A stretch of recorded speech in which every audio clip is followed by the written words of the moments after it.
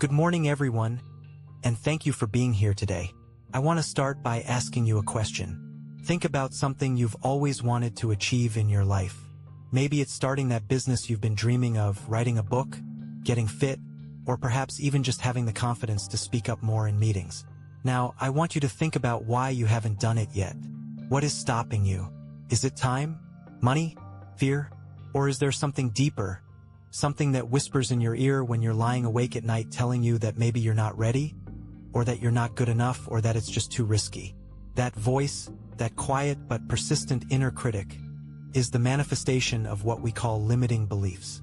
And today, I want to talk to you about how these subconscious blocks are shaping your reality, often without you even realizing it, and more importantly, how you can identify them and rewire them to unlock the potential that has been dormant inside you for far too long. Let's start by understanding exactly what a limiting belief is. A limiting belief is a conviction or assumption we hold about ourselves, others, or the world around us that restricts our ability to achieve our goals and live a fulfilling life. These aren't just passing thoughts. They are deeply ingrained narratives that form the foundation of how we perceive reality. They act like filters through which we interpret every experience. If you have a limiting belief that says, "I am not smart enough," then when you encounter a difficult problem, your brain doesn't see an opportunity to learn. It sees confirmation of your inadequacy. You might avoid the challenge entirely, or if you do attempt it, you'll likely give up at the first sign of struggle because your subconscious is working overtime to protect you from the threat of failure. The scary thing about limiting beliefs is that they are often invisible to us. We don't see them as beliefs. We see them as facts. They feel like absolute truths. If you believe that money is hard to come by, you won't question it. You'll just accept it as the way the world works. And because you accept it as truth, your behavior aligns with it. You might avoid asking for a raise, or you might spend impulsively because you subconsciously feel you don't deserve abundance. This creates a self-fulfilling prophecy where your actions bring about the very reality you were trying to avoid. So where do these beliefs come from? They are rarely formed in isolation. Most of our limiting beliefs are acquired during our childhood, often before we even had the cognitive ability to question them. We absorb messages from our parents, teachers, peers, and society at large. Maybe a parent told you that we don't have money for hobbies, which translated into your mind as, "I am not creative," or "art is frivolous." Perhaps a teacher said you weren't good at math, and you internalized that as, "I'm just not a numbers person." Or maybe you experienced a failure in public and felt humiliated, leading to the belief that, if I try my best and still fail, it's better not to try at all. These early experiences create neural pathways in our brains. The more we repeat these thoughts, the stronger those pathways become. It's like walking through a field. The first time you walk across it, it's difficult. But if you keep taking the same path, eventually a trail forms, and then a road, and finally a highway. Your brain prefers efficiency, so it defaults to these well-worn highways of thought. This is why changing a limiting belief feels so hard. You are trying to cut a new path through dense jungle while your brain is screaming at you to take the easy route down the superhighway. Now that we understand what they are and where they come from, the next step is identification. You cannot change what you do not acknowledge. So how do you spot these subconscious blocks? The first sign is often emotional. Pay attention to your feelings when you think about your goals. Do you feel excited? Or do you feel a sense of dread, anxiety, or resistance? That resistance is a huge clue. If the idea of asking for a promotion makes your stomach turn, there's likely a belief underneath that says, "I don't deserve it," or "people will think I'm arrogant." Another powerful way to identify limiting beliefs is to look at your language. We often speak our beliefs out loud without realizing it. Listen to the phrases you use. Do you say things like, "I'm just not good with people," or "I've always been unlucky in love," or "It's too late for me to start over"? These statements are not facts. They are beliefs disguised as facts. The word "just" is particularly telling. "I'm just a secretary" implies you can't be more. "I'm just bad at public speaking" suggests it's an immutable trait rather than a skill that can be developed.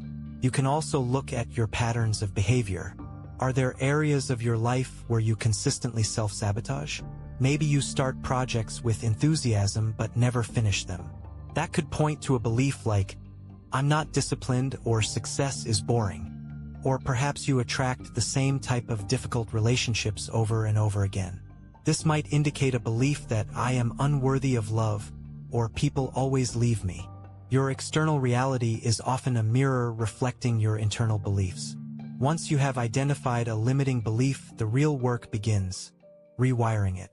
This is not about positive thinking alone. Telling yourself, I am rich and successful, when you deep down believe you are poor and inadequate won't work. That's just layering new paint over rotting wood. You have to dig deeper. The process of rewiring involves 3 main steps: awareness, challenge, and replacement. The first step is awareness, which we've already touched on. You need to catch the belief in action. When you feel that resistance or hear that negative self-talk, pause. Ask yourself, what am I believing right now? Write it down. Get it out of your head and onto paper. Seeing it written down helps objectify it. It stops being a part of you and becomes something you can examine. The second step is challenge. This is the most critical phase. You need to interrogate this belief. Is it absolutely true? Where did it come from? Who told me this? Has it ever been untrue in my life? For example, if your belief is, I am not a leader, ask yourself, is that really true? Have I never taken charge of a situation? Did I organize a trip for friends? Did I help a colleague solve a problem? You are looking for evidence that contradicts the belief. Most limiting beliefs are generalizations based on limited data. They are exaggerations. By challenging them, you begin to weaken their hold. The third step is replacement. Once you have challenged the old belief and found it wanting, you need to install a new one. But this new belief needs to be believable. If you go from I am a failure to I am a genius, your brain will reject it as a lie. You need to find a bridge belief. Something like, I am learning and growing every day, or I have the capacity to overcome challenges. This new belief should feel slightly uncomfortable but achievable. It needs to stretch you without breaking you. Rewiring also requires repetition and emotion. The brain learns through repetition, just as it formed the old pathways. You need to repeat your new affirmations, visualize yourself embodying this new belief, and act in alignment with it. But here is the secret sauce: emotion. Thoughts paired with strong emotions create stronger neural connections. When you visualize your success, don't just see it. Feel it. Feel the pride, the relief, the joy. This emotional charge helps cement the new pathway. Furthermore, you must take action that aligns with the new belief. If you are trying to rewire a belief about being unworthy of love, start acting in ways that show self-love. Set boundaries. Take care of your health. Surround yourself with supportive people. Action reinforces belief. Every time you act contrary to your old limiting belief, you send a signal to your brain that the old map is outdated and a new one is needed. Let me give you an example of this process in action. Imagine someone who wants to start a business, but has a limiting belief that, I will fail because I don't have enough money. They identify this belief when they feel paralyzed at the thought of quitting their job. They challenge it by asking, is money the only factor in success? Have I seen people succeed with little capital? They realize that resourcefulness often matters more than resources. They replace the belief with, I am creative and resourceful, and I can build something valuable step by step.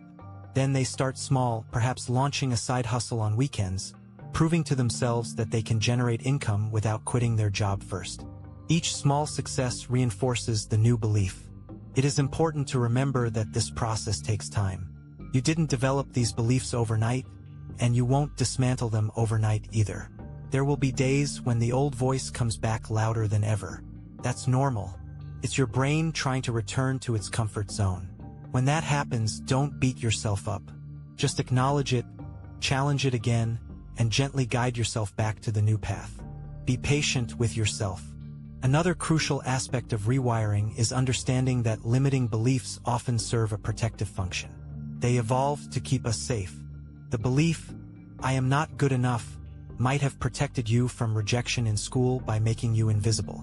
The belief money is hard to come by might have kept you frugal and secure. When you try to change them, your subconscious may resist because it thinks it's protecting you. Acknowledge this protection. Thank your mind for trying to keep you safe, but then gently inform it that the old strategies are no longer serving you in the current environment. You are an adult now, capable of handling risk and uncertainty. As we move forward, I encourage you to make this a daily practice. Spend 5 minutes each morning reflecting on your thoughts. Are they empowering or limiting? Catch them early. Journaling is also incredibly powerful for this process. Writing down your fears and beliefs helps externalize them, making them easier to manage. And don't underestimate the power of community. Surround yourself with people who challenge your limiting beliefs and support your growth. If everyone around you believes that you can't succeed at your age, it will be incredibly hard to break free from that mindset. Find mentors, friends, or groups that embody the reality you want to create. In conclusion, limiting beliefs are not life sentences. They are habits of thought, and like any habit, they can be broken.